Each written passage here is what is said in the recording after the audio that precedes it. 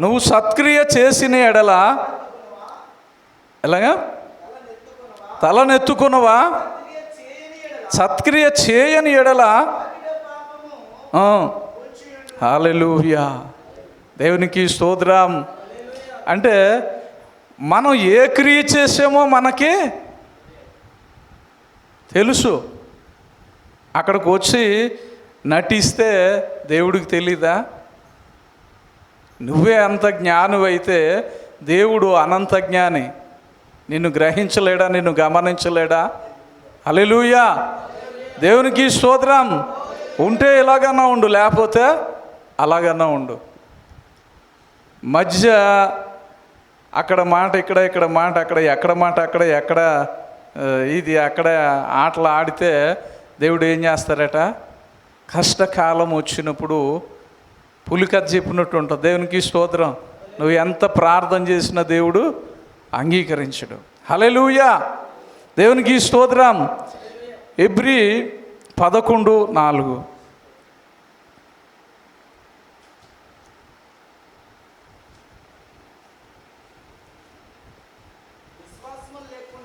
విశ్వాసము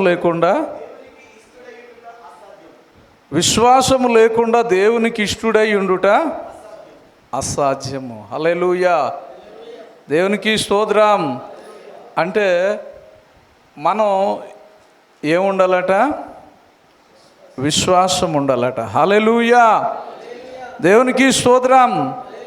అంటే దేవుని యొద్దకు వచ్చేవాడు దేవుడు ఉన్నాడనియు ఆయన కార్యం చేస్తాడనియు నమ్మవలెను కదా. అంటే మనం దేవుని దగ్గరికి వచ్చేటప్పుడు ఏం చేయాలట? ఆయన ఉన్నాడని విశ్వాసముతో రావాలట. దేవునికి స్తోత్రం. హల్లెలూయా. ఖచ్చితంగా మనము ఆయన ఫలము దయచేస్తాడు అని నమ్మవలెను కదా. దేవునికి స్తోత్రం. హల్లెలూయా. మనం ఎన్ని రోజులు వచ్చినా నమ్మకం లేనటువంటి వారిగా మనం ఉంటే మన భక్తి వేస్ట్, వ్యర్థం. ఎందుకు? పనికిరానటువంటిదని దేవుని యొక్క లేఖనం మనకి చెబుతూ ఉన్నది. హల్లెలూయా, దేవునికి స్తోత్రం. అంటే ఇప్పుడు ఏబేలు దేవుని దయ వలన కనినటువంటి కొడుకు. హల్లెలూయా. ఆ కొడుకు నీతిమంతునిగా దేవునికి అనిపించాడు కాబట్టి ఆ అర్పణను అంగీకరించాడు. ఈరోజు నీవు నీతిమంతునిగా తీర్చబడ్డావా? హల్లెలూయా, దేవునికి స్తోత్రం కలుగునుగాక. అంటే నీతి అంటే ఏమిటి అంటే దేవుడు 2-3 రకాలుగా మనతో మాట్లాడుతూ ఉన్నాడు. ఏంటి అంటే నీ నీతి నాకు మురికి గుడ్డ వలె కనబడుతూ ఉన్నది, నీ నీతి నాకు మురికి గుడ్డ వలె కనబడుతూ ఉన్నది, నీతిమంతుడు ఏ ఒక్కడూ లేడు, నీతిమంతుని ప్రార్థన పరలోకము చేరును. హల్లెలూయా.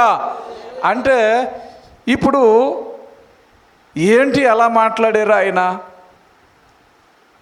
ఇందులో ఏ రకమైన నీతి గొప్పది, ఏ రకమైన నీతి గొప్పది కాదు. హల్లెలూయా, దేవునికి స్తోత్రం. అంటే మన స్వనీతిపై మనం ఆధారపడి దేవుడి దగ్గరికి ఎన్నాళ్ళు మనం వచ్చినప్పటికీ కూడా దానివల్ల ప్రయోజనం ఏమీ లేదని దేవుని యొక్క లేఖనం మనకి చెబుతూ ఉన్నది. అందుకని మనం చేసేది ఏంటి అంటే ఈ నీతి ఏంటంటే నీతిమంతుని ప్రార్థన పరలోకము చేరును. అంటే ఏ నీతి కలిగి ఉంటే నీ ప్రార్థన పరలోకము చేరుతుంది. దేవునికి స్తోత్రం. అంటే ఇక్కడ దేవుడు ఒక మాట చెబుతూ ఉన్నారు. ఏంటి అంటే అబ్రహాము దేవుని నమ్మెను, అది దేవునికి నీతిగా ఎంచబడెను. హల్లెలూయా, దేవునికి స్తోత్రం. ఈరోజు నువ్వు దేవుని నమ్మి ప్రార్థన చేస్తే నీవు నీ జీవితం ఎలాంటిదైనా సరే, అది నువ్వు ఎలాగా జీవించి దేవుళ్ళలోకి వచ్చినా సరే గత జీవితాన్ని ఆయన జ్ఞాపకానికి తెచ్చుకోడట. హల్లెలూయా, దేవునికి స్తోత్రం. అంటే నువ్వు కనుక దేవుణ్ణి నమ్మి ప్రార్థన చేయగలిగితే నీ ప్రార్థన దేవుడు అంగీకరిస్తాడట. నమ్మిన వారు స్తోత్రం చెప్పండి. హల్లెలూయా. అంటే పొద్దుటే అదే దావీదు చెప్పాడు, వేకువజామునే నా కంఠస్వరము నీకు వినబడుచున్నది. హల్లెలూయా. అంటే దేవునితో మాట్లాడేటువంటి హక్కు కానీ అర్హత కానీ భూమి మీద నీకు తప్ప ఇంకొకరికి ఎవరికీ లేదు. హల్లెలూయా.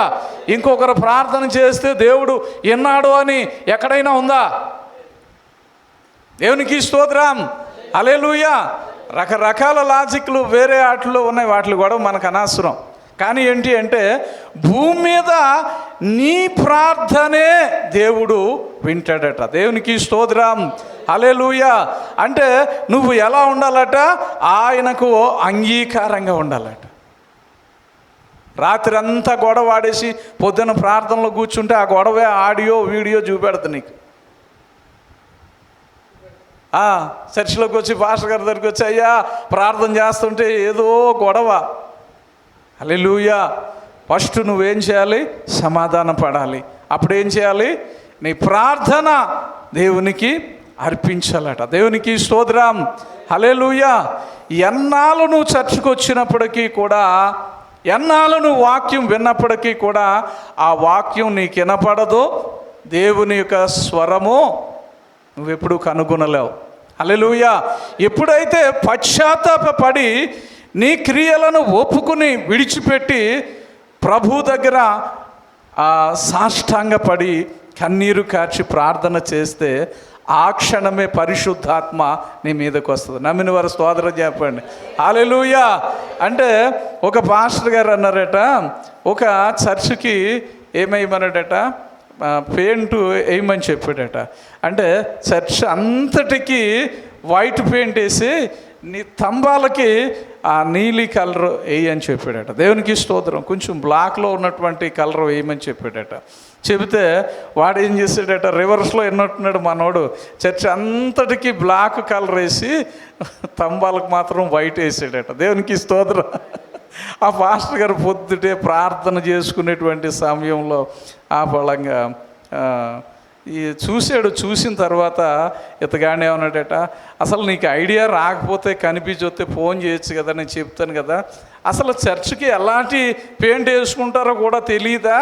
నువ్వు వేస్తున్నావు, అసలు అంత అవగాహన లేకపోతే ఎలాగని దెబ్బలాడి ఆయన వెళ్ళిపోయారట. వెళ్ళిపోయి ఆ పొద్దుటే ప్రార్థనలో కూర్చుని ఆ పాస్టర్ గారు ప్రార్థన చేస్తుంటే ప్రార్థన రావట్లేదట. దేవునికి స్తోత్రం. హల్లెలూయా. ఏంటి అంటే పరిశుద్ధాత్మ అతని మీదకి రావటం లేదట. అప్పుడు ప్రభువా ఏటి నన్ను వట్టి మనిషిగా వదిలేసావు, ఎందుకు ఇలా చేస్తూ ఉన్నావు అంటే, నా మనసు అలాంటిది కాదు, నేను అలాంటివాడిని కాదు, నువ్వు పోయి క్షమాపణ చెప్పిరా. హల్లెలూయా.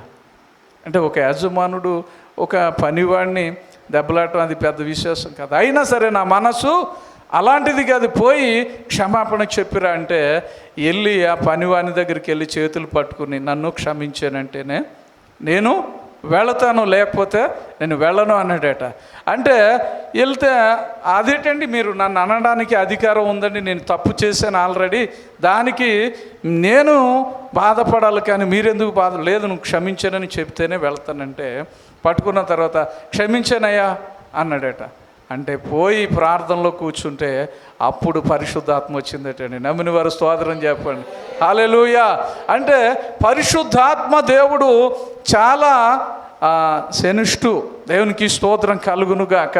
అంటే చాలా సున్నితమైనటువంటి మనస్తత్వం కలిగినటువంటి దేవుడు ఆయన.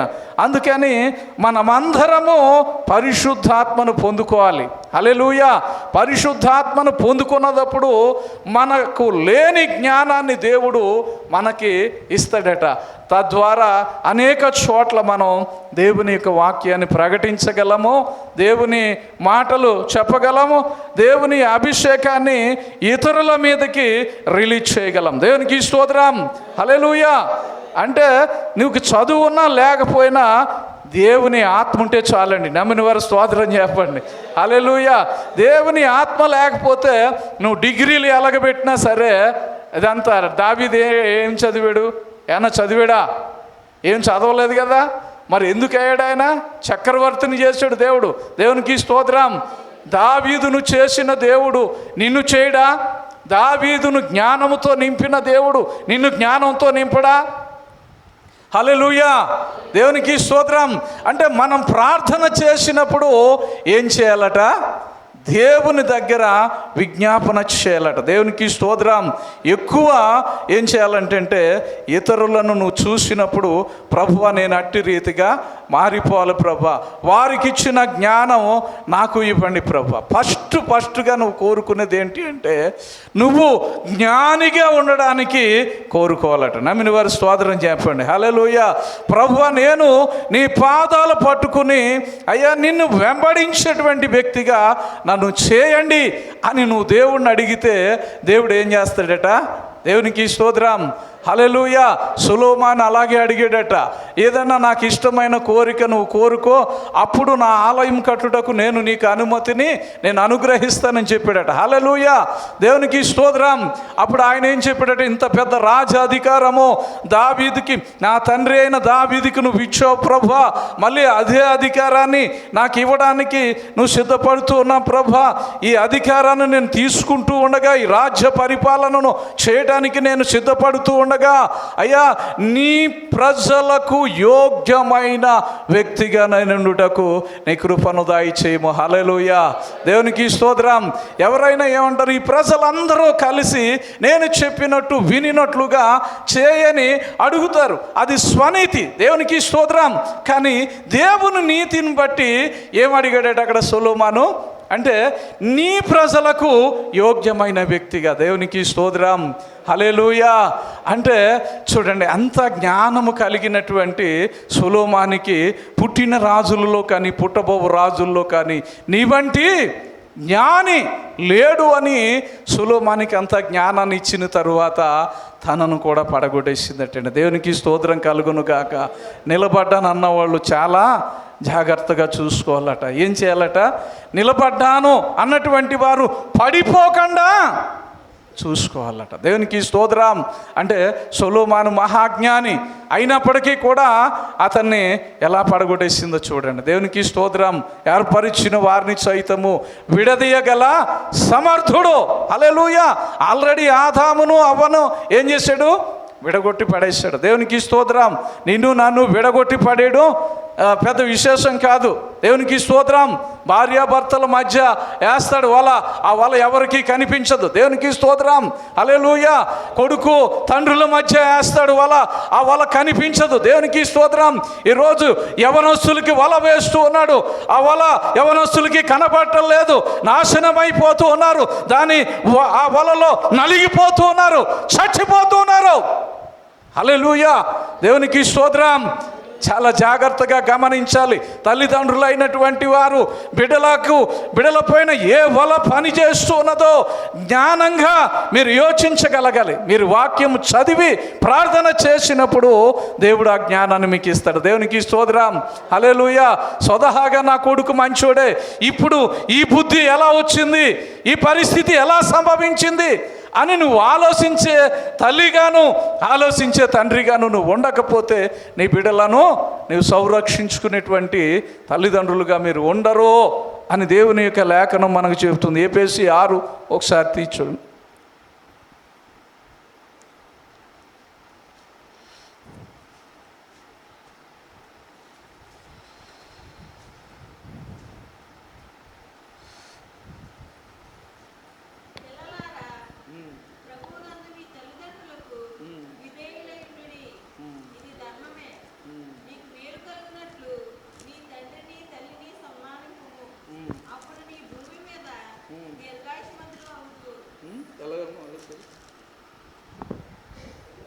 మళ్ళీ చదువు. పిల్లలారా, ప్రభువునందు మీ తల్లిదండ్రులకు విధేయులై ఉండిడి, ఇది ధర్మమే. మీకు మేలు కలుగునట్లు నీ తండ్రిని నీ తల్లిని సన్మానింపుము, అప్పుడు నీవు భూమి మీద దీర్ఘాయుష్మంతుడవగుదువు. దేవునికి స్తోత్రం కలుగును కాక. అంటే పిల్లలు ఈరోజు తల్లిదండ్రులను సన్మానించే వారిగా ఉన్నారా అండి? హల్లెలూయా. దేవుని యొక్క లేఖనం చెబుతూ ఉన్నది, నీ తల్లిని తండ్రిని సన్మానించుము. అంటే సన్మానం అంటే ఏంటండి? సన్మానం అంటే ఏంటి అంటే ఒక పెద్ద సభ పెట్టి ఒక ప్రసంగికుడిని పిలిచి చక్కగా అక్కడ రిజర్వ్ కుర్చీలు వేసి వాళ్ళందరినీ అతిథులను ఆహ్వానించి ఒక మంచి వేదికను అలంకరించి దాని మీద మంచి సింహాసనం ఒకటి పెట్టి దాని మీద తల్లిదండ్రులను కూర్చోబెట్టి 2 దండలేసి ఒక పూల గుచ్చం ఇచ్చి సాలువ కప్పితే అది సన్మానమా? దేవునికి స్తోత్రం. హల్లెలూయా. ఈడు విదేశాల్లో ఉంటాడో ఎప్పుడో వస్తాడో, ఆ మనవడిని చూపించుడు, ఆ మనవరాలను చూపించుడు, ఇది సన్మానమా? సన్మానం అంటే ఏంటి అంటే తండ్రి ఏదైతే చెప్పాడో, ఏదైతే ఆశించాడో దానిని పట్టుకుని దానిని అనుసరించి నడుచుకోవడమే నిజమైన సన్మానం. హల్లెలూయా. దేవునికి స్తోత్రం. తర్వాత ఇంకా కిందకి చదువమ్మా.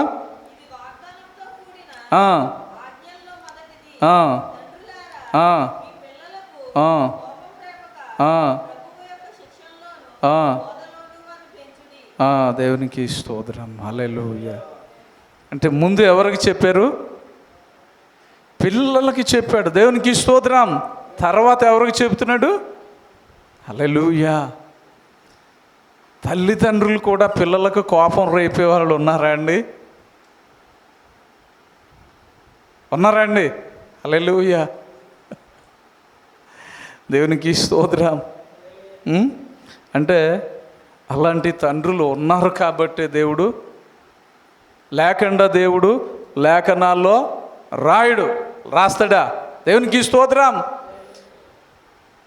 అంటే అలాంటి తల్లిదండ్రులు అలా ఉండడం మంచిదంటారా?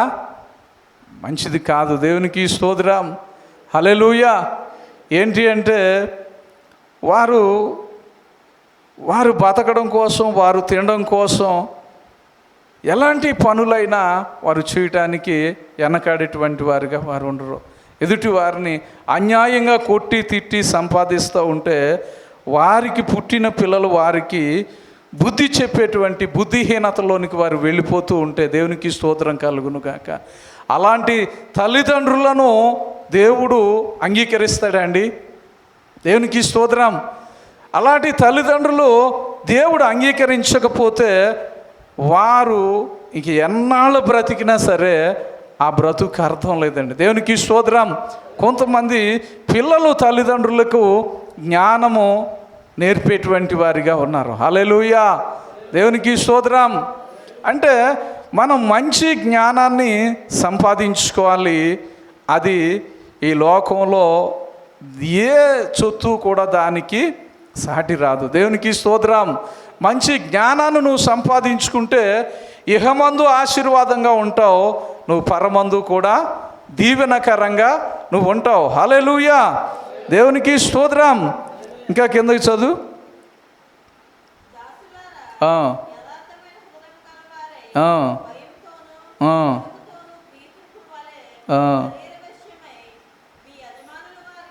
దేవునికి స్తోత్రం. అంటే ఇక ఇలా చెప్పుకుంటూ పోతే ఇక మనం సరిచేయబడాలి.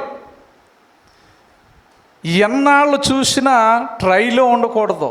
ఏం చేయాలి అంటే ఒక లెవెలి మనం మెయింటెనెన్స్ చేయకపోతే మనం కదా ఎన్ని విన్నప్పటికీ కూడా దానివల్ల ప్రయోజనం లేదని దేవుని యొక్క లేఖనం మనకు చెబుతూ ఉన్నది. సరే, టైం లేదు కాబట్టి మరి ఇంతటితో మనం ముగించేద్దాం.